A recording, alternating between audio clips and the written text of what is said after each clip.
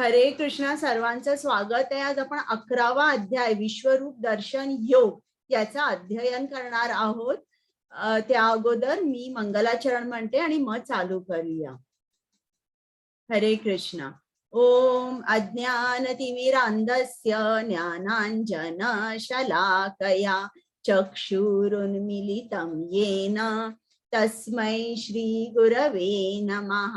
श्री चैतन्य मनोभीष्टं स्थापितं येन भूतले स्वयं रूप गदामह्यं ददाति स्वपदान्तिकं.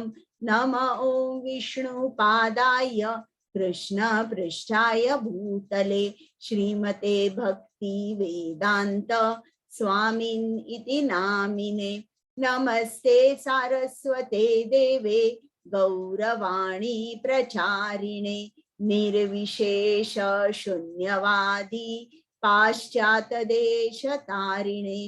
हे कृष्णा करुणा सिंधु दीनबंधु जगतपते गोपेश गोपिका कांत राधाकांत नमोस्तुते. तप्त कांचन गौरांगी राधे वृंदावनेश्वरी वृषभानुसुते देवी प्रणमामि हरिप्रिये. जय श्री कृष्ण चैतन्य प्रभु नित्यानंद श्री अद्वैत गदाधर श्रीवासादि गौर भक्त वृंद. हरे कृष्ण कृष्ण कृष्ण हरे हरे हरे राम राम राम हरे हरे. परत एकदा सर्वांचं स्वागत आहे. आजचा अध्याय खूप चांगला आहे. अर्जुनाबरोबर आपल्याला सुद्धा कृष्णाच्या विश्वरूपाचं दर्शन होणार आहे. हे जे तुम्हाला अर्चविग्रह दिसतायत कृष्ण आणि बलराम, हे इस्कॉनचं वृंदावन मंदिर आहे, त्या मधला हा फोटो आहे.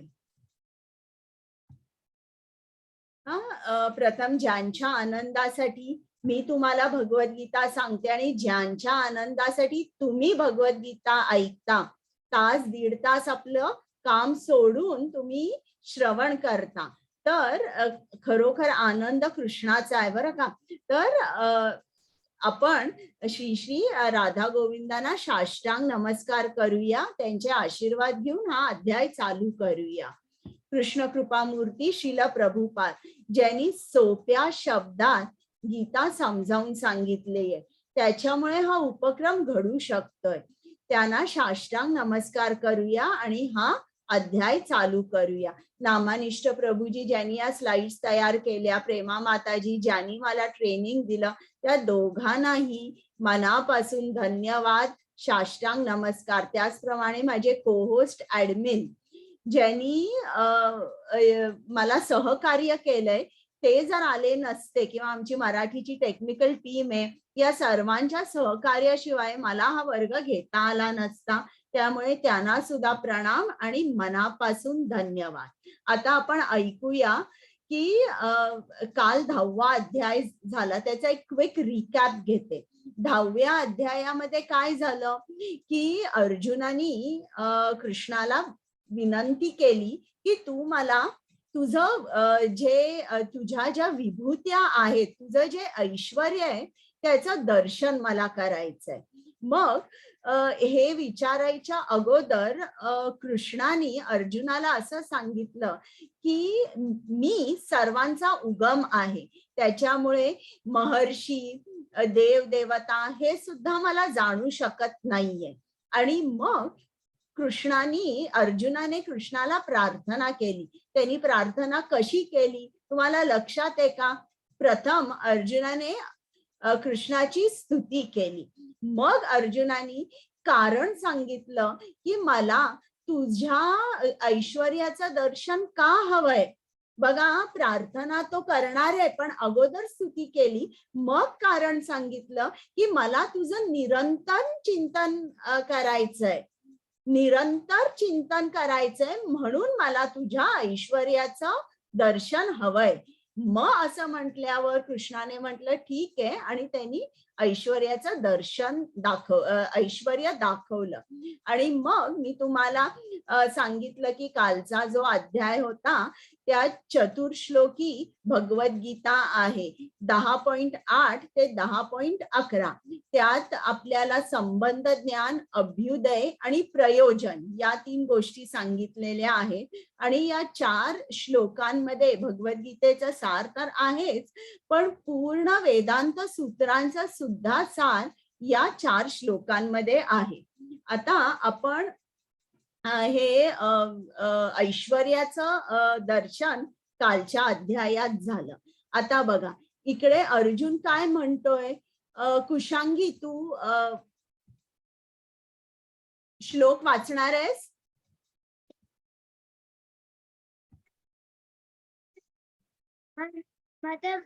मदनुग्रहाय परमा गुह्यमध्यात्म संगीतं यत्त्वयोक्तं वचस्तेन मोहोऽयं विगतो मम.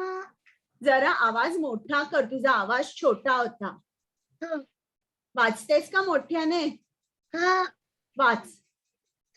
अर्जुन म्हणाला, या परम गुह्य आध्यात्मिक विषयाबद्दल तुम्ही कृपावंत होऊन जे उपदेश दिले आहेत ते ऐकून माझा मोह नष्ट झाला आहे.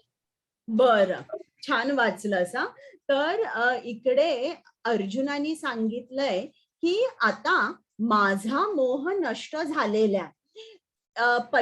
दुसऱ्या अध्यायापासून ते 10व्या अध्यायापर्यंत तुम्ही जे काय मला ज्ञान दिलेलं आहे, जे उपदेश दिलेले आहेत, आता ते मला पूर्ण समजलेलं आहे आणि माझा मोह नष्ट झालाय. तर कुठला अर्जुनाचा मोह नष्ट झालाय? हात वर करा आणि सांगा. तुम्हाला अनम्यूट करायला येतंय. तुम्हाला काय वाटतंय, अर्जुनाचा कुठला मोह नष्ट झालेला आहे? सांगा.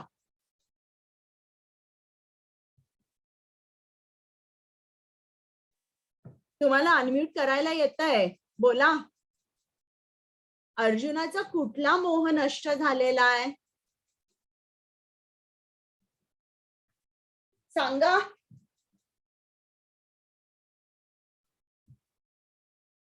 कोणाला नाही माहित? अर्जुनाने सांगितलं होता ना, तो भ्रमित झाला होता. पहिला अध्याय जेव्हा झाला तेव्हा त्याला युद्ध करायचं नव्हतं का? तर तो मोहात होता, भ्रमित होता. तर आता तुम्ही मला सांगा त्याचा कोणता मोह नष्ट झालाय? सुनील प्रभूजी बोला. अनम्यूट करायला येतंय ना तुम्हाला? अच्छा, अनम्यूट करायला येत नाहीये का? हा, आता करा बरं अनम्यूट.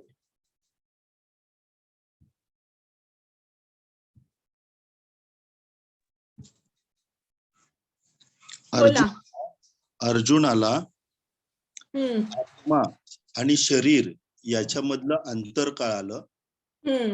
बरोबर आहे.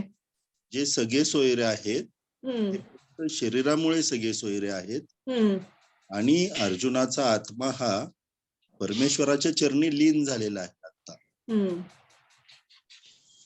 बरं, आणि कोणाला काही सांगायचंय का? मला स्पेसिफिक उत्तर पाहिजे की अर्जुनाचा कोणता मोह नष्ट झालाय?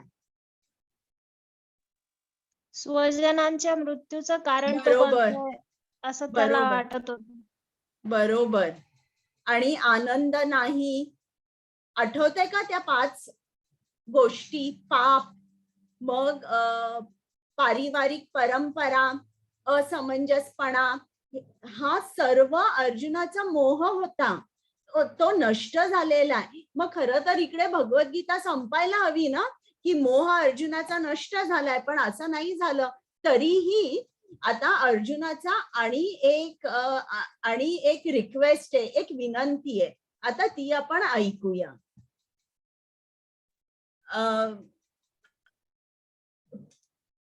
आता मी हे माधवी माताजी आलेले आहेत का? हात वर करा आल्या तर. ठीक आहे, मी हे वाचते. 11.2.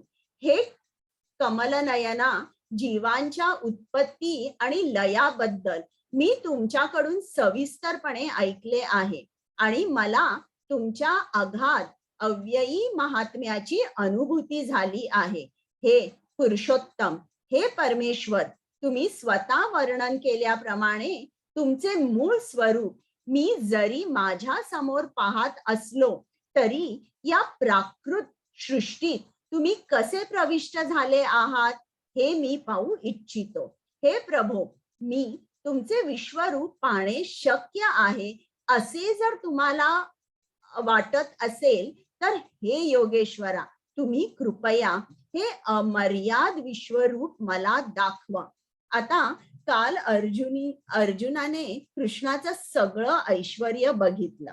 आता हे ऐश्वर्य बघितल्यावर अर्जुनाला असं वाटलं की कृष्ण नेमका या ब्रह्मांडामध्ये प्रविष्ट कसा झाला हे मला बघायचंय. आणि अर्जुनाला कृष्णाचं विश्वरूप का बघायचंय? कारण तुम्हाला आठवतं का, 8वा अध्याय जेव्हा होता तेव्हा अर्जुनाने 8 प्रश्न विचारले होते.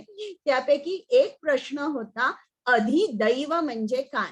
तेव्हा कृष्णाने सांगितलं, माझं विराट रूप ज्यामध्ये सर्व देव देवतांचा समावेश आहे. आता हा प्रश्न तेव्हाही अर्जुनाला होता, पण इकडे अर्जुन कृष्णाला सांगतोय की तुम्ही मला सांगितलं होतं की तुमचं एक आणि विराट रूप आहे ज्याच्यामध्ये सर्व देव देवता सामील आहेत.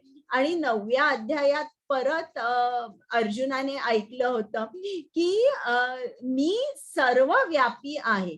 मग नेमका कृष्ण या प्राकृत सृष्टीमध्ये प्रविष्ट कसा काय झाला ही अर्जुनाची ही बघण्याची इच्छा आहे अर्जुनाला. आता खरं कारण काय होतं की अर्जुनाने हा प्रश्न का विचारला की मला तुझं विश्वरूप बघायचंय, कृष्णा तू मला तुझं विश्वरूप दाखव. तर कोणाला काही सांगता येईल का, काही गेस करता येईल कोणाला? तर तुम्ही अनम्यूट करून बोलू शकता की त्याला का विश्वरूप बघायचंय अर्जुनाला. काही हे नाही का, काही गेस नाहीये? माताजी मी सांगू? सांगा.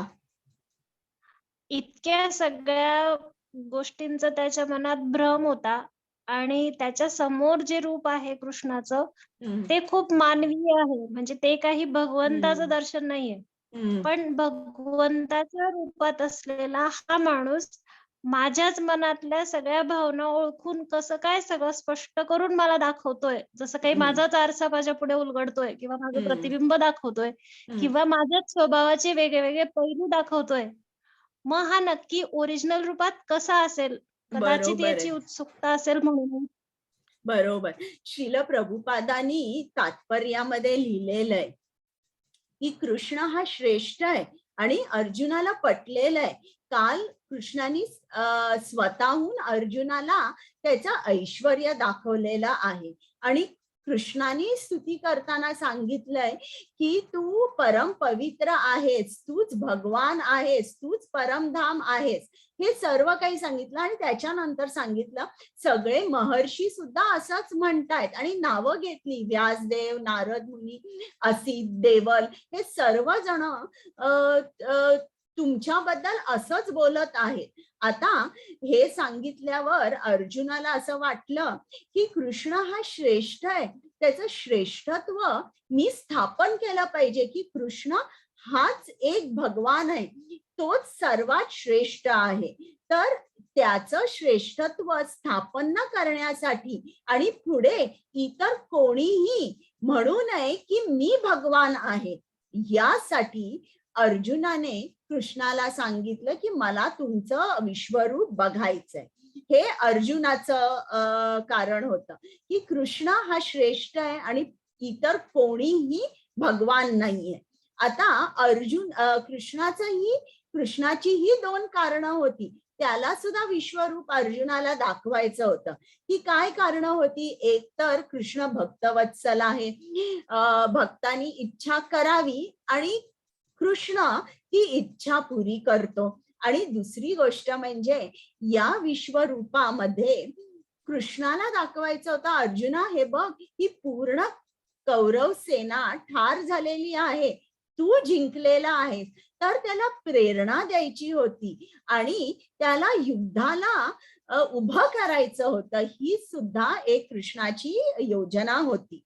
तर आता आपण पुढे बघूया. बरं, काल मी तुम्हाला सांगितलं की अर्जुनाने जेव्हा प्रार्थना केली, त्याला जेव्हा ऐश्वर्याचं दर्शन हवं होतं, तेव्हा त्यांनी कशी प्रार्थना केली हे सर्वांनी तुम्ही ऐकली. आता इकडे परत अर्जुनाला विश्वरूप बघायचंय. बघा, पण जेव्हा त्याला विश्वरूप बघायचंय, प्रार्थना करताना तो किती नम्र आहे आणि म्हणतोय, हे प्रभू, मी तुमचे विश्वरूप पाहणे शक्य आहे असे जर तुम्हाला वाटत असेल तर हे योगेश्वरा, तुम्ही कृपया ते आपले अमर्याद विश्वरूप मला दाखवा. म्हणजे बघा, जर तुम्हाला वाटत असेल तर ही बोलण्याची तऱ्हा आहे, ही प्रार्थना जेव्हा आपण करतो, नम्र भाव हा आहे. काल अर्जुनाने स्वतःहून सांगितलं, तुम्ही परम पवित्र आहात, परमधाम आहात, परमेश्वर आहात, हे सगळं झालं. मग आता कृष्ण काय आहे? कृष्ण श्रेष्ठ आहे. आपली पोझिशन ही नेहमी सबऑर्डिनेट आहे आणि सबऑर्डिनेट जो माणूस असतो तो कधी ऑर्डर देत नाही, मला हे पाहिजे, मला ते पाहिजे. नाही, जर मला अमकी अमकी गोष्ट पाहिजे, जर तुम्हाला वाटत असेल तर कृपया ती तुम्ही मला प्रदान करा. म्हणजे अशा तऱ्हेने आपण कृष्णाकडे प्रार्थना केली पाहिजे. हे आपण अर्जुनाकडून शिकतोय. श्री भगवान म्हणाले, हे अर्जुना, आता माझे ऐश्वर्य पहा, अलौकिक आणि नाना वर्णांनी अशी माझी सहस्रावधी रूपे पहा. हे अर्जुना, तू जे काही पाहू इच्छितोस ते आता माझ्या देहामध्ये पहा. तू आता जे काही पाहू इच्छितोस आणि भविष्यात तुला जे काही पाहावायची इच्छा असेल ते सर्व हे विश्वरूप प्रकट करू शकते. संपूर्ण चराचर या एकाच ठिकाणी स्थित आहे, परंतु तू तुझ्या वर्तमान नेत्रांनी मला पाहू शकणार नाहीस, म्हणून मी तुला दिव्य नेत्र प्रदान करतो. माझे योग ऐश्वर्य पहा. आता इकडे कृष्ण आहे, त्यांनी लगेच अर्जुनाला आपलं विश्वरूप दाखवलं आणि सांगितलं, हे बघ अर्जुना, हे माझं विश्वरूप बघ, किती अलौकिक आहे, माझी सहस्रावधी रूपे आहेत आणि तुला जे काही बघायचं असेल ते तू या विश्वरूपात बघू शकतोस, या देहामध्येच तू बघू शकतोस. जे काही वर्तमान जे तुला बघायचंय, भविष्यात काय घडणार आहे आणि भूतकाळातलं, हे सर्व तुला एका ठिकाणीच दिसेल. आता इकडे नंतर कृष्णाच्या लक्षात आलं की मी माझ्या विश्वरूपाचं अर्जुनाला वर्णन करून सांगतोय, पण त्याला काही दिसत नाहीये. त्याच्या चेहऱ्यावर काही आश्चर्याचे भाव किंवा त्याच्या चेहऱ्यावर काही भावच नाहीये. मग कृष्ण अर्जुनाला सांगते, तुझ्या वर्तमान नेत्रांनी तू मला पाहू शकणार नाहीस. म्हणजे कृष्ण कोण आहे? कृष्ण पूर्ण आहे, परिपूर्ण आहे आणि आपल्याला जर त्याला बघायचं असेल तर आपली इंद्रिय कशी पाहिजेत? आपली सुद्धा इंद्रिय परिपूर्ण हवी, परफेक्ट, कॅन सी परफेक्ट. पण आपली जी इंद्रिय कशी आहेत? इम्परफेक्ट आहे. मी तुम्हाला सांगितलं, आरशाशिवाय तुमच्या डोळ्यांनी तुम्हाला तुमची भुवई दिसत नाही. ही इंद्रिय आपली अशी आहे. म्हणून इकडे आपल्या बुद्धीने, आपल्या इंद्रियाने आपण कृष्णाला समजू शकत नाही.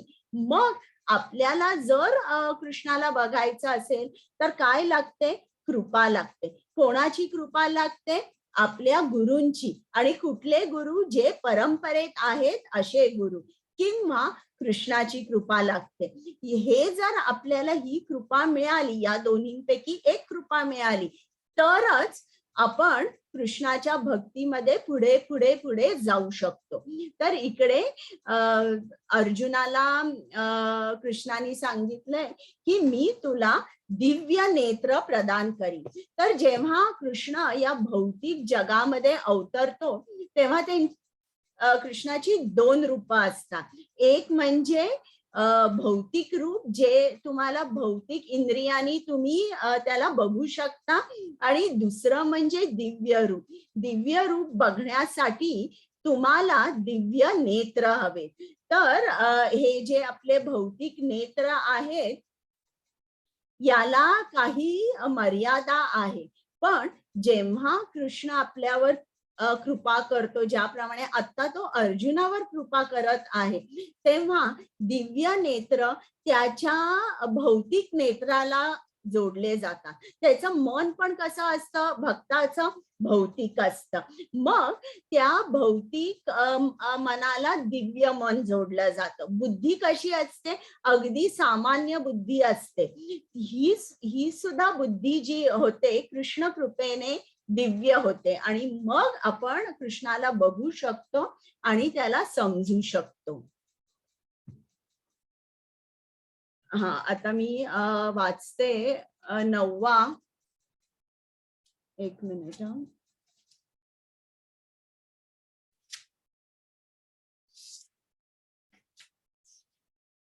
संजय उवाच एवं उक्त्वा ततो राजन् महायोगेश्वरो हरिः दर्शयामास पार्थाय परमं रूपम ऐश्वरम. संजय म्हणाला, हे राजा, या प्रकारे बोलून महायोगेश्वर पुरुषोत्तम भगवंतानी अर्जुनाला आपले विश्वरूप दाखवले.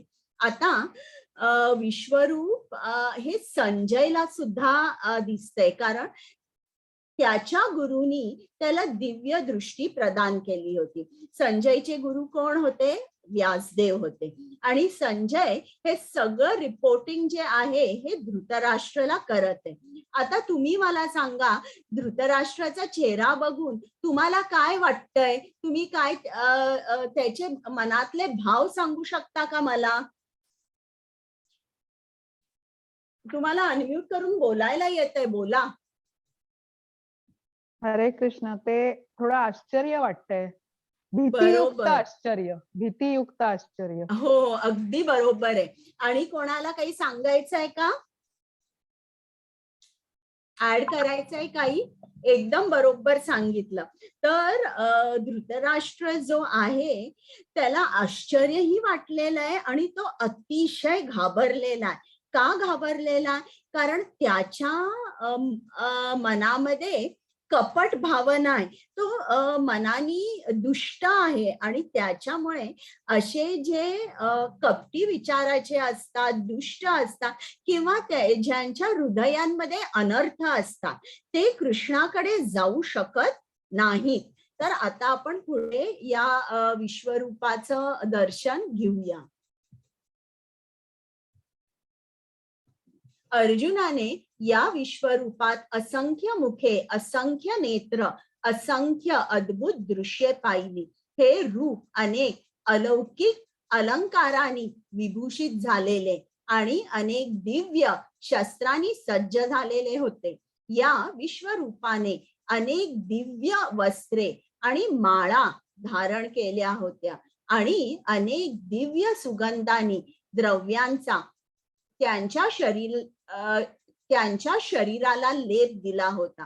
विश्वरूपाच्या बाबतीत सर्वच अद्भुत, तेजस्वी, अनंत आणि सर्वव्यापी होते.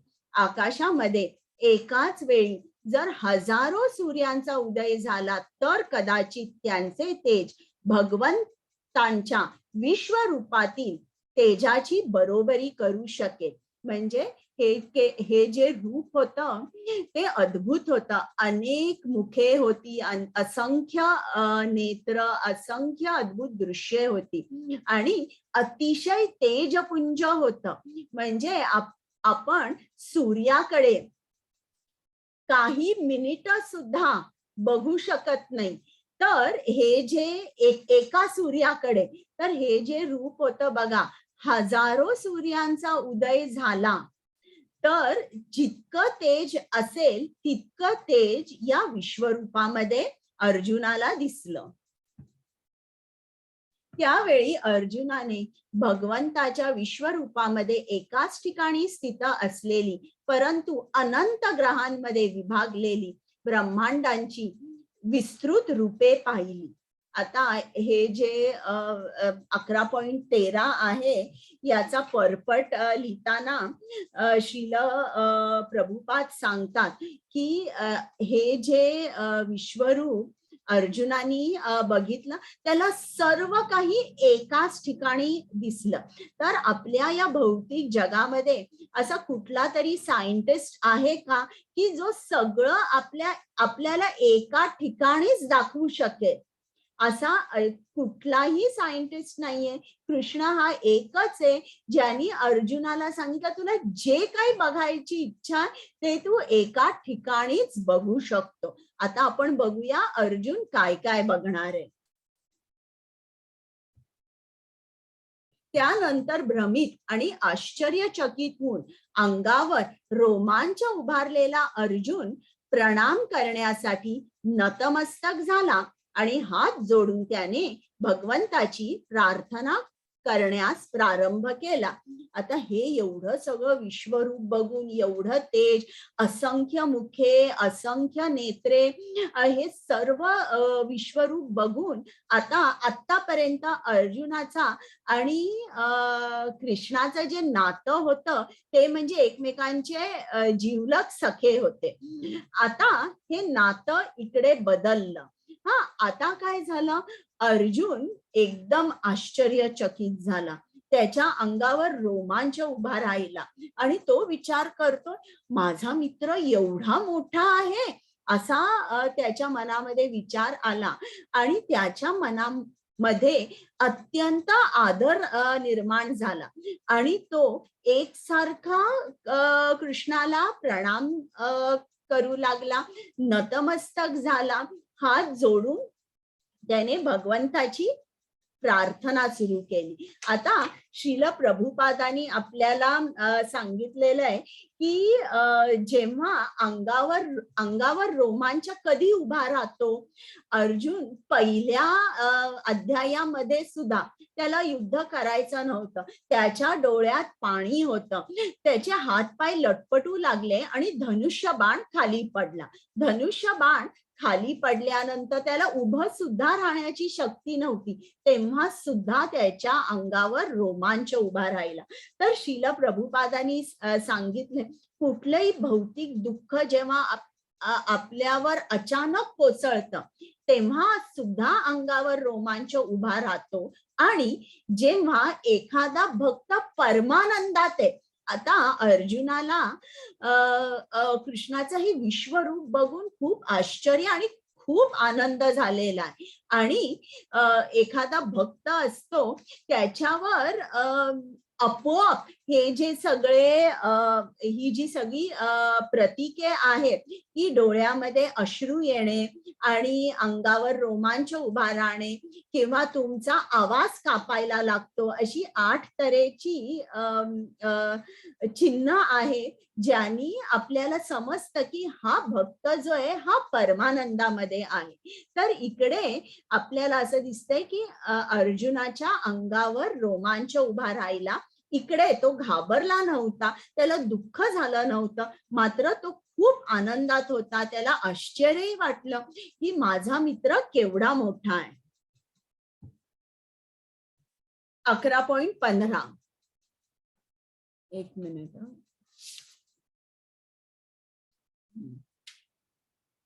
अर्जुन म्हणाला हे भगवन, हे कृष्ण, मी तुमच्या शरीरात एकत्रित झालेल्या सर्व देवतांना आणि इतर विविध जीवांना पाहतो. कमलासनावर बसलेल्या ब्रह्मदेवांना तसेच भगवान शंकर, सर्व ऋषी आणि अलौकिक सर्पांना मी तुमच्या देहामध्ये पाहतो. म्हणजे इकडे आपल्याला काय दिसतं? आपल्याला हे दिसतं की कृष्ण श्रेष्ठ आहे. कृष्णाच्या देहामध्ये इतर देवदेवता स्थित आहेत, पण इतर जे देवदेवता आहेत त्यांचं कोणाचंही असं विश्वरूप नाहीये बरं. हे जे विश्वरूप आहे हे कृष्णाचंच आहे, म्हणजे युनिक ओनली टू कृष्णा. त्याच्यामुळे आपल्याला लक्षात येतं की कृष्ण हा सर्वात श्रेष्ठ आहे. आता कुमुद माताजी. येस माताजी. हे वाचाल श्लोक क्रम 16. हे विश्वेश्वर, हे विश्वरूप, तुमच्या देहामध्ये मी अमर्यादित आणि सर्वत्र पसरलेल्या असंख्य भुजा, उदरे, मुख आणि नेत्रांना पाहतो आहे. तुमच्यामध्ये मला आदी, मध्य आणि अंत काहीच दिसत नाही. श्लोक क्रम 17. तुमचे रूप अत्यंत तेजपुंज असल्याने ते पाहणे कठीण आहे. हे तेज प्रज्वलित अग्नी किंवा सूर्याच्या अपरिमित तेजाप्रमाणे सर्वत्र व्यापलेले आहे. तरीही अनेक मुकुट, गदा आणि चक्रांनी सुशोभित झालेले हे कांतिमान मी सर्वत्र पाहत आहे. हरे कृष्ण. म्हणजे आपल्याला काय लक्षात येतं की हे रूप कसं आहे? तेजपुंज आहे. ज्या प्रमाणे प्रकाश असतो, आपण शोधू नाही शकत याचा अंत कुठे होतो, याचा मध्य कुठे आहे. अगदी त्याचप्रमाणे हे जे रूप आहे हे अतिशय विश्वरूप तेजपुंज आहे आणि आदी, मध्य आणि अंत हे अर्जुनाला समजतच नाहीये कुठे आहे. कुमुद माताजी.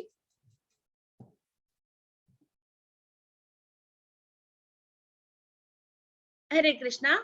श्लोक क्रम 18. तुम्ही परम अक्षर ज्ञेय आहात. या संपूर्ण विश्वाचे परम आश्रय स्थान तुम्ही आहात. तुम्ही अव्ययी आणि पुरातन आहात. तुम्हीच शाश्वत धर्माचे पालक पुरुषोत्तम भगवान आहात. हे माझे मत आहे. 11.19. तुम्ही आदी, मध्य आणि अंतरहित आहात. तुमचा महिमा अगाध आहे. तुम्हाला असंख्य बाहू आहे. चंद्र आणि सूर्य तुमचे नेत्र आहेत. तुमच्या मुखातून बाहेर पडणारा अग्नी संपूर्ण विश्वाला तुमच्याच तेजाने तप्त करीत असल्याचे मी पाहत आहे. श्लोक क्रम 20. तुम्ही एकट्यानेच संपूर्ण आकाश, ग्रहलोक आणि त्याच्यामधील सर्व दिशा व्याप्त केल्या आहेत. हे महात्मन, तुमचे हे उग्र आणि अतिशय अद्भुत रूप पाहून सर्व लोकग्रह अतिशय व्यथित झाले आहेत. श्लोक क्रम 21. सर्व देवतागण तुम्हाला शरण येऊन तुमच्यामध्ये प्रवेश करत आहे. त्याच्यापैकी काही अत्यंत भयभीत झाल्यामुळे हात जोडून तुमची प्रार्थना करत आहे. महर्षीगण आणि सिद्धगण स्वस्ती म्हणजे शांती म्हणून वैदिक स्तोत्रांनी गायन करून तुमची स्तुती करत आहे. श्लोक क्रम 22. रुद्रगण, आदित्यगण, वसुगण, साध्यगण, विश्वेदेव, अश्विनी कुमार, मरुदगण, पितृगण, गंधर्व, यक्षगण, असुर आणि सिद्ध देवता विस्मित होऊन तुम्हाला पाहत आहे. हरे कृष्ण. म्हणजे आता अर्जुन इकडे कृष्णाचं विश्वरूप बघून प्रार्थना करत आहे आणि आपल्याला सुद्धा केव्हा कृष्ण मंदिरात जाताना स्तुती ही केलीच पाहिजे. प्रार्थना ही स्तुतीपासून सुरू करावी. कृष्णा, तुम्ही परम अक्षर ज्ञेय आहात. या संपूर्ण विश्वाचे तुम्हीच परम आश्रयस्थान आहात. तुम्ही अव्ययी पुरातन आहात. तुम्हीच शाश्वत धर्माचे पालक आहात. तुम्हीच पुरुषोत्तम भगवान आहात. म्हणजे आपण सुद्धा कृष्णाची अशी स्तुती केली पाहिजे.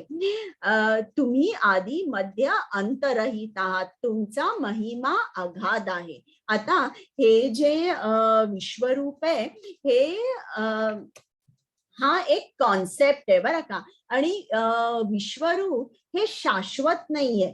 जोपर्यंत हे भौतिक जग आहे तोपर्यंतच विश्वरूप आहे.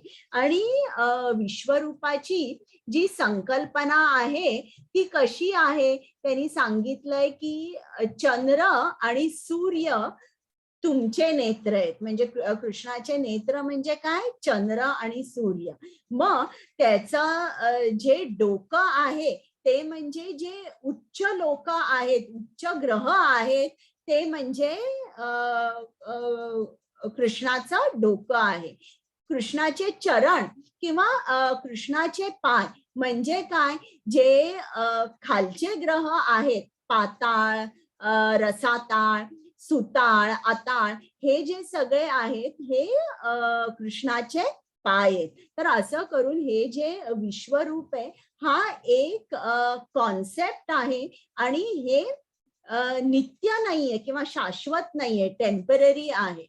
आता इकडे बघा, जेव्हा एखादा भक्त असतो आणि तो घाबरतो तेव्हा तो काय करतो, भयभीत झाल्यावर इकडे दिलेलं आहे, सर्व देवतागण तुम्हाला शरण आलेले आहेत आणि ते वैदिक स्तोत्रांनी गायन करून तुमची स्तुती करत आहे. म्हणजे जेव्हा भक्त घाबरतो तेव्हा तो काय करतो, स्तुती स्तोत्र म्हणतो आणि कृष्णाला शरण जातो. आणि इकडे त्यांनी दिलेलं आहे की जे सगळे देव देवता आहेत ते सर्व कृष्णाचं विश्वरूप बघायला कुरुक्षेत्रावरचं जे आकाश आहे तिकडे आपल्या विमानाने आलेले आहेत आणि ते सुद्धा हे जे विश्वरूप त्यांनी बघितलंय ते सुद्धा जरा भयभीत झालेले. आता आपण पुढे ऐकूया अर्जुनाला हे रूप बघून काय वाटतंय. श्रीकृष्णा, श्लोक क्रम 23. हे महाबाहू, देवता सहित सर्व लोक तुमचे अनेक नेत्र, मुखे, भुजा, जांघा, पाय, उदरे आणि अनेक अक्राळ विक्राळ दाढा असणारे महाकाय रूप पाहून अतिशय व्यथित झाले आहेत आणि त्यांच्याप्रमाणेच मी सुद्धा व्यथित झालो आहे. श्लोक क्रम 24. हे सर्वव्यापी विष्णू, अनेक तेजस्वी वर्णांनी युक्त तुम्ही आकाशास भिडलेली तुमची आवासलेली मुखे आणि प्रदीप्त विशाल नेत्रे असलेले रूप पाहून माझे मन भयाने व्यथित झाले आहे. त्यामुळे मी धैर्य आणि मानसिक संतुलन राखून शकत नाहीये. हरे कृष्ण. आता बघा, सर्वजण हे विश्वरूप बघून प्रत्येकाला काहीतरी वेगवेगळं वाटत आहे. जे देव देवता आहेत किंवा जे भक्त आहेत ते काय करतात, ते घाबरलेले, ते कृष्णाला शरण गेलेले आणि ते स्तुती स्तोत्र म्हणून गायन करत आहेत. पण जे राक्षस आहेत ते काय करतात, ते घाबरलेले आहेत आणि ते इकडे तिकडे पळत सुटले आहेत. आता जे राक्षस आहेत ते काय विचारात आहेत की या कृष्णाला आपण कसं मारायचं. जो भौतिक माणूस आहे तो काय करतोय, तो कृष्णाकडे का जातोय, कारण तो कृष्णावर आळ टाकायला जातो. तो काहीतरी आरोप टाकणार आहे की कृष्णा, तू माझ्या जीवनात असं का केलंस, तू माझ्यावर इतकी माझ्या समोर इतकी संकट का ठेवलीस, कृष्णा हे सर्व तुझ्यामुळे झालं. हा भौतिक माणूस असतो. परंतु जो कृष्णाचा भक्त असतो तो काय करतो, कृष्णाने त्याचं जीवन कसंही असू दे, तो कृष्णाकडे फक्त त्याची सेवा करण्यासाठी जातो, कृष्णाची स्तुती करण्यासाठी तो जाते. आता अर्जुन बघा सांगताना कसं सांगतोय, त्याला हे विश्वरूप आवडलेलं नाही, तो घाबरलेला आहे, पण सांगताना तो काय सांगत आहे की हे जे तुझं रूप आहे, इतरांनी हे रूप बघून ते सुद्धा व्यथित झालेले आहे आणि त्याचप्रमाणे माझी सुद्धा दशा तशीच झालेली आहे. तर हे रूप सांगताना विश्वरूप च वर्णन करताना अर्जुनाने सांगितलंय की हे अक्राळ विक्राळ रूप आहे. म्हणजे आपल्याला असं समजतं की असं जर अक्राळ विक्राळ रूप असेल तर आपण अशा रूपाबरोबर कुठलाही नातेसंबंध जोडू शकत नाही. आणि मग इकडे परत अर्जुनाने सांगितलं, मी इतका व्यथित झालेलो आहे, मी इतका घाबरलेलो आहे की मी माझे धैर्य आणि मानसिक संतुलन राखू शकत नाही. आता पुढे ऐकूया. हरे कृष्ण. हरे कृष्णा. श्लोक क्रम 26-27. स्वपक्षीय राजा सहित सर्व धृतराष्ट्र पुत्र भीष्म, द्रोण, कर्ण आणि आमच्या पक्षातील मुख्य योद्धे पण तुमच्या मुखात त्वरित प्रवेश करीत आहे. काही जण तुमच्या दातांमध्ये अडकून त्यांच्या मस्तकांचा चुराडा झाल्याचे मला दिसत आहे. श्लोक क्रम 28. ज्याप्रमाणे नद्याचे अनेक प्रवाह समुद्रात प्रवेश करतात, त्याप्रमाणेच हे सर्व महान योद्धे प्रज्वलित होऊन तुमच्या मुखामध्ये प्रवेश करत आहे.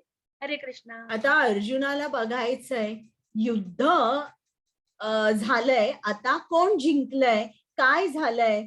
तर आता हा जो हे जे विश्वरूप आहे हे एका क्रिस्टल बॉल सारखं आहे. तुम्ही बघितलं लहान मुलं जेव्हा एखादं कार्टून बघतात तेव्हा एक चेटकीण असते आणि तिच्याकडे क्रिस्टल बॉल असतो आणि ती फिरवते आणि तिला सगळं काही दिसतंय.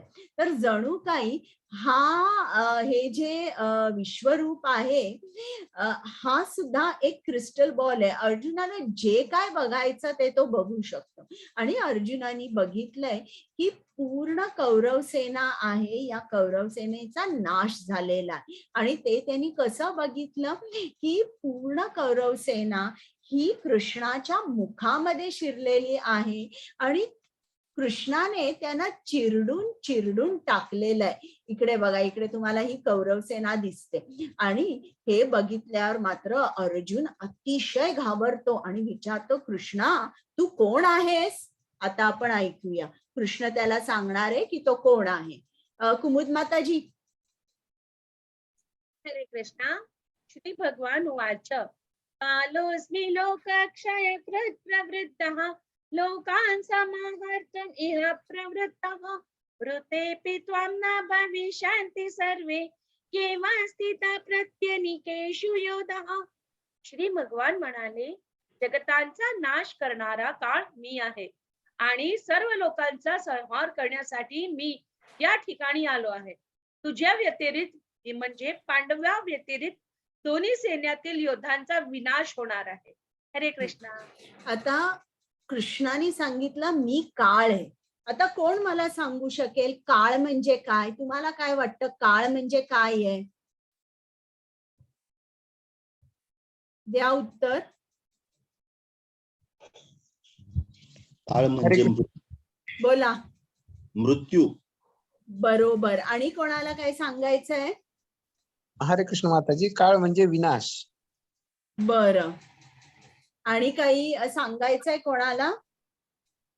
बरं, आता मी सांगते. काळ म्हणजे तुमची उत्तरं सर्वांची बरोबर आहे, पण काळ म्हणजे काय.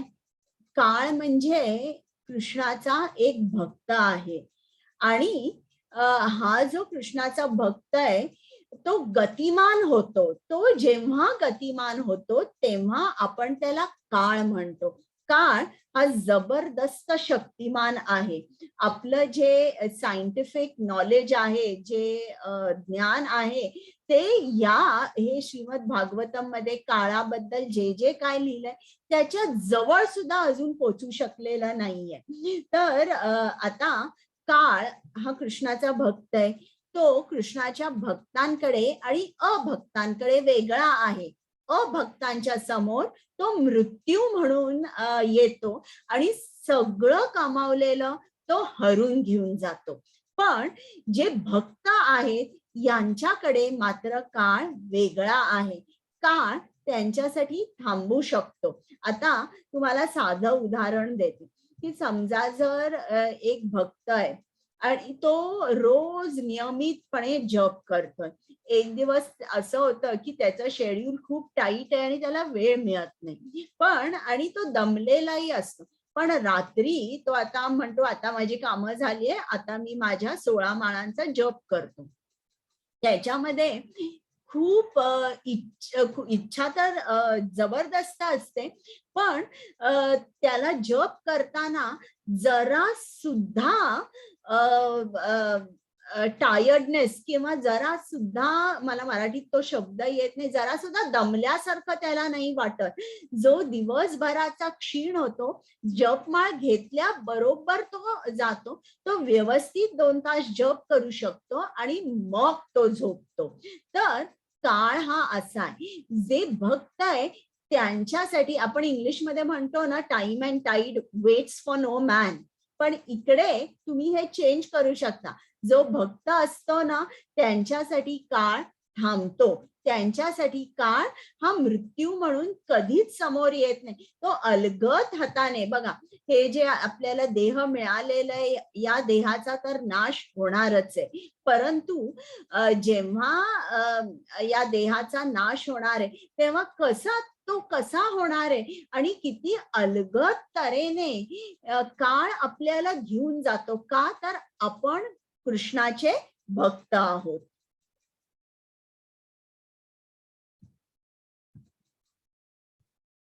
हरे कृष्ण. हरे कृष्ण.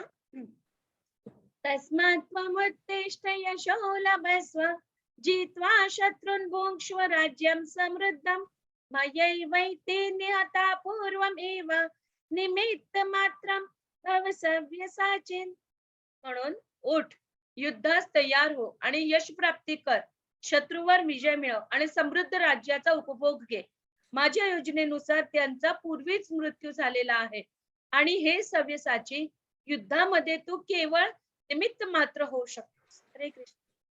आता इकडे कृष्ण अर्जुनाला सांगतोय, तू बघितलंस ना, कौरव सेना ही हरलेली आहे, त्यांचा मृत्यू झालेला आहे. आता उठ. आता कृष्ण प्रेरणा देतोय, उठ, युद्धास तयार हो आणि शत्रूवर विजय मिळव, समृद्ध राज्याचा उपभोग घे माझ्या योजनेनुसार. म्हणजे कृष्णाची योजना आहे म्हणून यांचा, कौरव सेनेचा मृत्यू झालेला आहे आणि तू अर्जुना केवळ निमित्त मात्र आहेस. म्हणजे इकडे तो अर्जुनाला हाक मारताना बघा, प्रत्येक खेपेला अर्जुनाला हाक मारताना कृष्णाने वेगवेगळी नावं घेतलीये. कधी त्याला कौंतेय म्हटलंय, म्हणजे कुंती पुत्रा. बघा, कुठल्याही मुलाला आपली आई खूप आवडते, तर जेव्हा आईचं नाव घेऊन आपण आठवण करून देतो, तेव्हा त्या मुलाच्या अंगामध्ये उत्साह निर्माण होतो, प्रेम निर्माण होतं. म्हणून कधी कधी त्याला कौंतेय म्हटलेलं आहे. कधी कधी त्याला आता इकडे याच्यामध्ये त्याला सव्यसाचिन म्हटलेलं आहे. सव्यसाचिन म्हणजे काय? जो आपल्या उजव्या हातानी किंवा डाव्या हातानी, अगदी दोन्ही हातानी धनुष्यबाण चालवू शकतो. आणि अर्थात तो विद्येमध्ये कुशलच होता अर्जुन, पण इतका कुशल होता की डाव्या हाताने जरी त्यांनी धनुष्य धरला आणि नेम सोडला तरी तो चुकत नसे.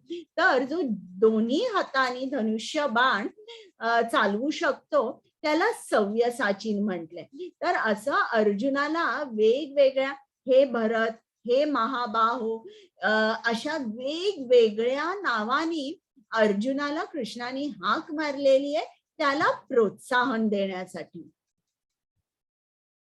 आता इकडे त्यांनी या स्लाइड मध्ये दाखवलेलं आहे की एक सर्जन आहे आणि सर्जनच्या हातामध्ये स्काल्पेल आहे आणि ते आता सर्जरी करणार आहे आणि कॅन्सरची गाठ जी आहे ती काढून टाकणार आहे.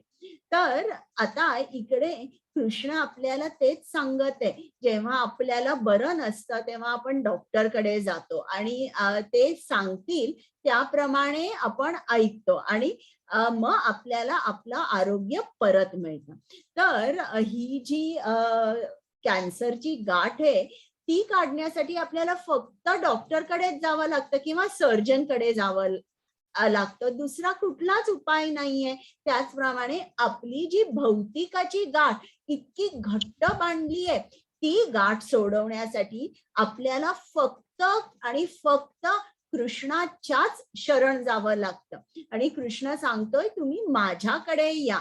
आणि इकडे बघा, इकडे अर्जुनाला सांगितलंय की अर्जुना तू फक्त निमित्त मात्र आहेस. आता आपल्याला सुद्धा श्रील प्रभुपादांच्या हातामध्ये निमित्त मात्र होऊ शकतं. त्यांनी केवढी मंदिरं स्थापन केली आहेत, त्यांनी आपल्यासाठी किती पुस्तकं लिहिलेली आहेत. मग आपल्याला सुद्धा हे जे काय त्यांनी लिहिलेलं आहे हे दुसऱ्यांपर्यंत आपणही पोहोचवू शकतो. आता आमची 18 दिवसाची जी लिंक आहे, आता पुढचा जो 18 दिवसात भगवद्गीता समजून घेऊ हा जो उपक्रम आहे हा 12 डिसेंबर पासून चालू होतो. तर मी तुम्हाला विनंती करते की तुम्ही प्रत्येक जणांनी कमीत कमी 1 नाही तर 2 जणांना आमच्या उपक्रमाबद्दल सांगा. आणि हे पण सांगा की बाबा हा मोफत आहे आणि त्यांना एनकरेज करा. तेव्हा आपण काय होतोय, श्रील प्रभुपादांच्या हातामध्ये निमित्त मात्र होतोय. बरं, असं आहे का की श्रील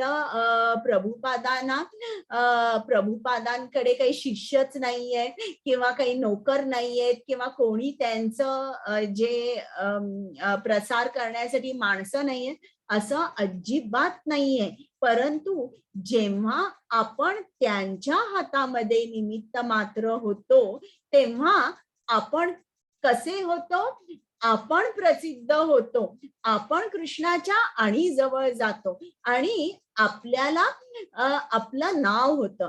तर अशा तऱ्हेने आपण निमित्त मात्र व्हायचंय कृष्ण प्रसार करण्यासाठी.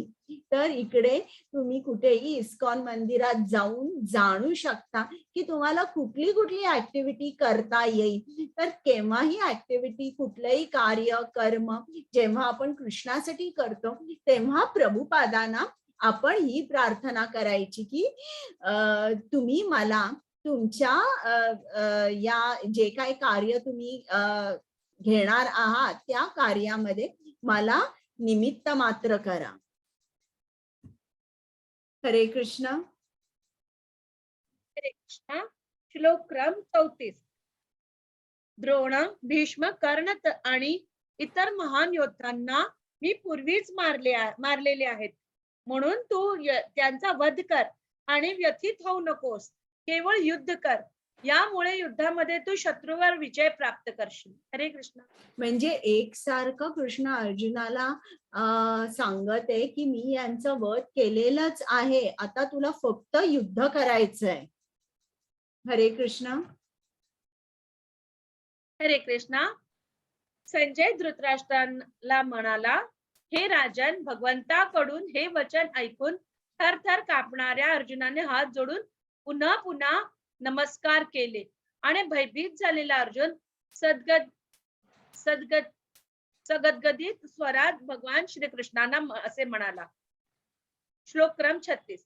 अर्जुन म्हणाला, हे ऋषिकेश, तुमच्या नाम श्रवणाने संपूर्ण जगत हर्षोल्लासित होते आणि सर्व लोक तुमच्यावर अनुरक्त होतात. सिद्ध पुरुष जर तुम्हाला नमस्कार करत असले तरी राक्षस भयभीत होऊन इतस्तत पळत आहे. हे सर्व योग्यच घडत आहे. श्लोक क्रम 37. हे महात्मन, ब्रह्मदेवापेक्षाही श्रेष्ठ असे आदि सृष्टीकर्ते तुम्ही आहात. मग त्यांनी तुम्हाला का बरे आदरपूर्वक नमस्कार करू नये? हे अनंता, हे देवादिदेव, हे जगन्निवास, या भौतिक सृष्टीच्या पलीकडे असणारे तुम्ही परम अविनाशी सर्व कारणांचे कारण आहात. श्लोक क्रम 38. तुम्ही आदि पुरुष भगवान पुरातन या व्यक्त प्राकृतिक जगताचे एकमेव आश्रयस्थान आहात. तुम्ही सर्वज्ञ आहात आणि जे जे ज्ञेय आहे ते सर्व तुम्हीच आहात. तुम्ही त्रिगुणातील असे परमपूज्य आश्रयस्थान आहात. हे अनंत रूपा, तुम्हीच ही सारी भौतिक सृष्टी व्यापली आहे. हरे कृष्ण. बघा, आता इकडे जेव्हा भक्त घाबरलेला असतो अर्जुनाचं मन कसं आहे, व्यथित झालेलं आहे. म्हणून तो काय करतो, एकसारखा हात जोडून पुन्हा पुन्हा प्रार्थना करतोय, नमस्कार करतोय आणि श्रीकृष्णाला तेच परत सांगत आहे. आता हे त्यांनी अगोदरही सांगितलं होतं, तुम्ही आदि पुरुष, भगवान, पुरातन आहात. पण आता सुद्धा इकडे बघा, तुम्ही आदि सृष्टीकर्ते आहात. परत त्यांनी तेच सांगितलेलं आहे, तुम्ही आदि पुरुष आहात. तर ते एखादा भयभीत झालेला माणूस असतो, तो परत त्याच गोष्टी बोलतो. आता बघूया, आता इकडे त्यांनी सांगितलंय बघा, राक्षस जे आहे ते भयभीत होऊन पळत आहे. तर जेव्हा आपल्या हृदयामध्ये अनर्थ असतात तेव्हा माणूस कसा होतो, तो कृष्णाकडे जाऊ शकत नाही, तो भयभीत होतो, त्याला कृष्ण आवडत नाही. तर इकडे मात्र आपल्याला ते लक्षात येतं, जे राक्षस आहेत ते कृष्णाकडे जाऊ शकत नाही. आता आपण बघूया अर्जुन काय म्हणतोय. कुमुद माताजी. हरे कृष्णा. श्लोक क्रम 41 आणि 42. मी तुम्हाला तुमचा महिमा न जाणता माझा मित्र मानून हे कृष्ण, हे यादव, हे मित्र असे अनादराने संबोधले आहे. प्रेमाने किंवा प्रमादाने मी जे काही केले असेल त्याबद्दल मला क्षमा करा.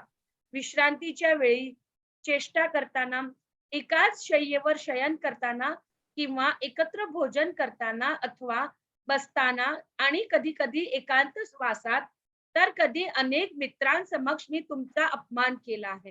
हे अच्युत, माझ्या या सर्व अपराधांबद्दल क्षमा करा. हरे कृष्ण. आता हा आपला मित्र कृष्ण एवढा मोठा आहे हे बघितल्यानंतर मात्र अर्जुन घाबरलेला आहे आणि तो क्षमा याचना करत आहे. अर्जुनाला भीती वाटलेली आहे हे विश्वरूप बघून आणि आता म्हणत आहे की मी अनादराने तुम्हाला अनेक नावानी संबोधले. कधी हे कृष्ण म्हटलंय, कधी हे यादव म्हटलेला आहे आणि आपण एका ताटामध्ये शेजारी बसून सुद्धा जेवलो आहे, एकत्र भोजन केलेलं आहे, एकाच शय्येवर शयन केलेला आहे. तर या सर्व अपराधांबद्दल मला क्षमा करा. मग याचं प्रॅक्टिकल ऍप्लिकेशन काय, आता तुम्ही बघितलं.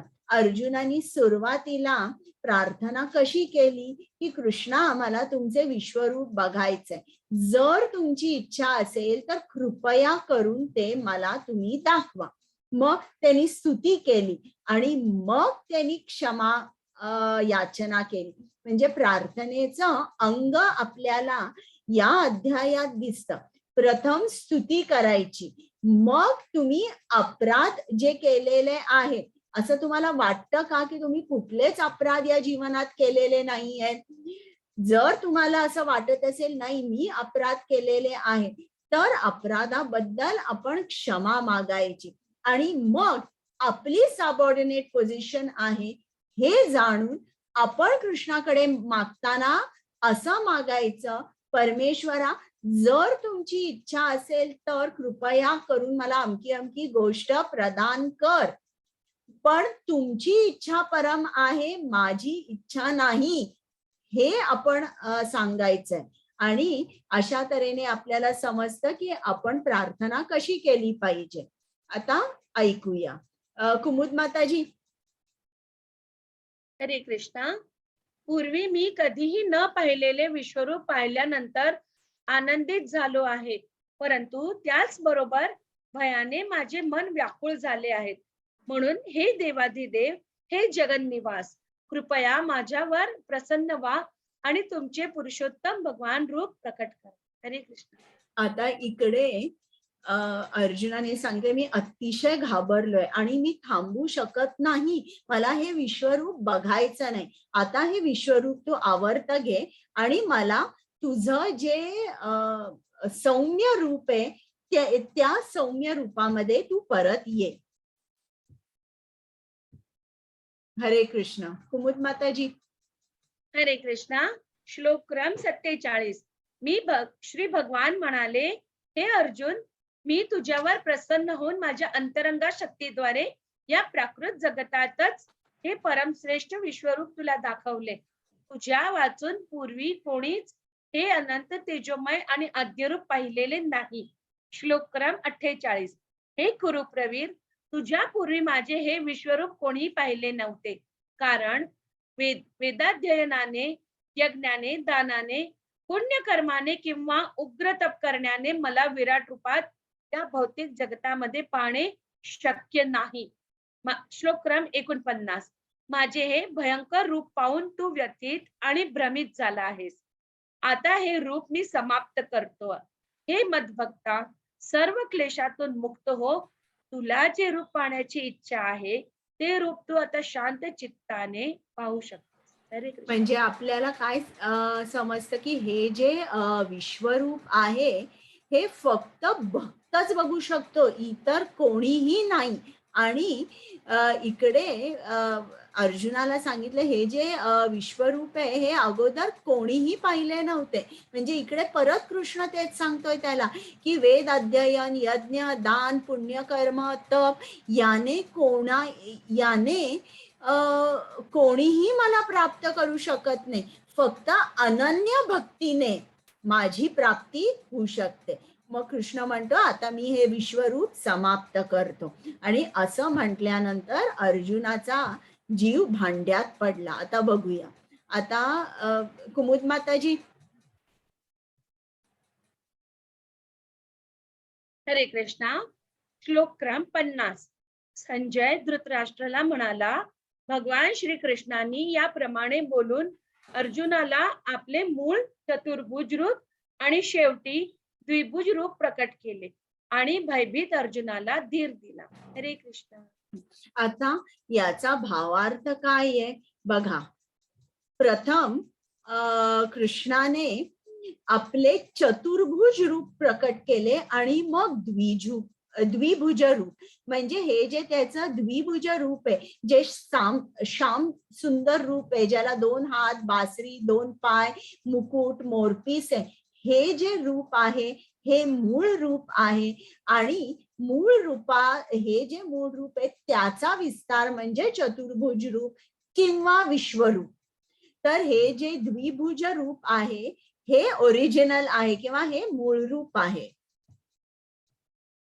आता अर्जुनाला आनंद झालाय, तो शांत झालाय. आता आपण ऐकूया. येस. श्लोक क्रम 51. अर्जुनाने जेव्हा श्रीकृष्णांना मूळ रूपात पाहिलं तेव्हा तो म्हणाला, हे जनार्दन, एक सेकंड, हे अतिव सुंदर मनुष्य रूप पाहून मी आता शांतचित्त झालो आहे आणि मी आपल्या पूर्व स्थितीत आलो आहे. श्लोक क्रम 52. श्री भगवान म्हणाले, हे अर्जुना, आता तू माझे जे रूप पाहत आहे त्याचे दर्शन होणे अतिशय दुष्कर आहे. देवता सुद्धा हे मधुर रूप पाहण्याची संधी प्राप्त करण्याचा नित्य प्रयत्न करत असतात. समोर उभा आहे. ओके. मध्ये मला वाटतं तुमचा आवाज जरा हँग झाला. 54 परत वाचा. हो माताजी, माझा व्हिडिओ मी जरा ऑफ करते, नेटवर्क इश्यू आहे थोडासा इथे आता. हा. श्लोक क्रम 54. हे अर्जुना, मी जसा तुझ्या समोर उभा आहे तसे मला केवळ अनन्य भक्ती योगानेच जाणणे शक्य आहे आणि या प्रकारे मला साक्षात पाहता येते. केवळ याच मार्गाने तू माझ्या रहस्यमय तत्वात प्रवेश करू शकतोस. हरे कृष्ण. म्हणजे जर आपल्याला कृष्णाबरोबर प्रेमाचा नातेसंबंध जोडायचा असेल, कृष्णाची प्राप्ती व्हायची असेल तर एकच मार्ग आहे, अनन्य भक्ती. हरे कृष्ण. हरे कृष्णा. भक्त्या त्वनन्यया शक्यम अहम् एवं विदर्जुना ज्ञातुं द्रष्टुं च तत्त्वेन प्रवेष्टुं च परन्तप. मी हे वाचते कुमुद माताजी. हे अर्जुना, मी जसा तुझ्या समोर उभा आहे तसे मला केवळ अनन्य भक्ती योगानेच जाणणे शक्य आहे आणि या प्रकारे मला साक्षात पाहता येते. केवळ याच मार्गाने तू माझ्या रहस्यमय तत्वात प्रवेश करू शकतोस. म्हणजे अनन्य भक्तीद्वारे आपल्याला कृष्ण प्राप्ती होऊ शकते. कुमुद माताजी, आता हे वाचता का? शेवटचा श्लोक आहे. येस माताजी, सॉरी.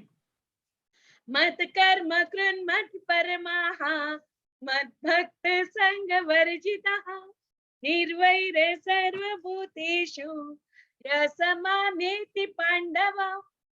हे अर्जुना, जो सकाम कर्म आणि तर्कवादाच्या संघातून मुक्त होऊन माझ्या विशुद्ध भक्तीमध्ये संलग्न होतो, जो माझ्या प्रित्यर्थ कर्म करतो, मला आपल्या जीवनाची परम लक्ष्य मानतो आणि सर्व प्राणी मात्रांशी मित्रत्वाने वागतो, तो निश्चितपणे मला प्राप्त होतो.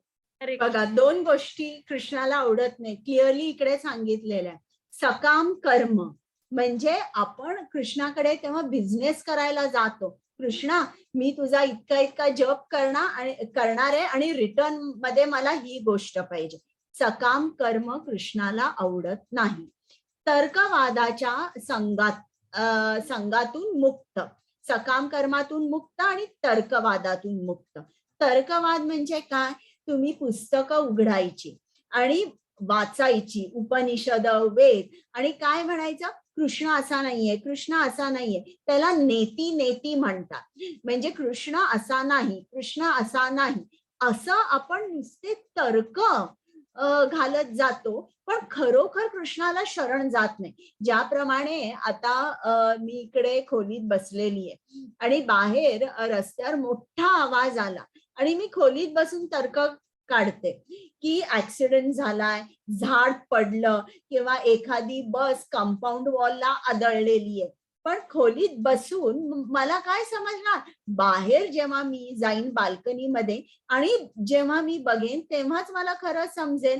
त्याचप्रमाणे जे तर्क काढतात त्यांना कृष्ण कोण आहे हे समजत नाही. जोपर्यंत आपण कृष्णाच्या शुद्ध भक्ताला शरण जात नाही, कृष्णाची अनन्य भक्ती त्याच्याकडून शिकत नाही, तोपर्यंत मात्र आपण कृष्णाकडे जाऊ शकत नाही. आणि इकडे बघा, काही काही जण म्हणतात मी खूप जप करते, मी मंदिरात जाते, सेवा करते, पण माझी प्रगती होत नाहीये. मग इकडे कृष्णाने काय सांगितलंय की हे सुद्धा महत्वाचं आहे की जो मला आपले जीवनाचे परम लक्ष्य मानतो, आपण मानतो म्हणूया, आणि सर्व प्राणी मात्रांशी मित्रत्वाने वागतो. म्हणजे सर्वांबरोबर, सर्व प्राणी मात्र म्हणजे अगदी प्राण्यांबरोबर सुद्धा आपण कसं वागलं पाहिजे? मित्रत्वाने वागलं पाहिजे. मग असा जो भक्त आहे त्यालाच कृष्ण प्राप्ती होते. आता हा अध्याय झालेला आहे. आज आपण काय बघितलं? अर्जुनाने कृष्णाला विनंती केली की मला तुझे विश्वरूप बघायचे, आणि मग प्रथम कृष्णाने त्याच्या विश्वरूपाचे वर्णन केले, पण त्याच्या लक्षात आलं की अर्जुनाला काही दिसतच नाहीये, म्हणून अर्जुनाला त्यांनी दिव्य नेत्र प्रदान केले. मग अर्जुनाने विश्वरूप बघितल्यावर त्याला प्रथम आनंद झाला, आश्चर्य वाटले, पण नंतर मात्र तो अतिशय भयभीत झाला आणि त्याचा अनुभव त्यांनी सांगितला. मग जेव्हा अर्जुनाने बघितलं सर्व कौरव सेना कृष्णाच्या मुखात जाते, तेव्हा अर्जुनाने कृष्णाला विचारलं की तुम्ही कोण आहात? तेव्हा कृष्णाने उत्तर दिलं की मी काळ आहे. आणि मग अर्जुनाने प्रार्थना केली, क्षमा याचना केली. त्यांनी सांगितलं मी अनेकदा अनादराने तुमच्याशी वागलो आहे. कधी हे कृष्ण हे यादव हाक मारलेली आहे, आपण एकत्र भोजन केलेले आहे, एकाच शय्येवर आपण शयन केले आहे, त्याच्यामुळे मला माफ करा. आणि मग शेवटी अर्जुनाच्या विनंतीवर कृष्णाने आपले विश्वरूप समाप्त केले. प्रथम चतुर्भुज रूप आणि नंतर त्याचं द्विभुज रूप प्रकट केलं. याच्यावरून आपल्याला समजतं की जो मूळ कृष्ण आहे किंवा ओरिजिनल कृष्णाचं जे स्वरूप आहे ते द्विभुज आहे. आणि मग कृष्णाने सांगितलं की माझी प्राप्ती होण्यासाठी अनन्य भक्ती लागते. आता तुमचे काही प्रश्न आहेत का? विमला माताजी आलेल्या आहेत का? माताजी रेकॉर्डिंग स्टॉप करेल, मी पाहते. हा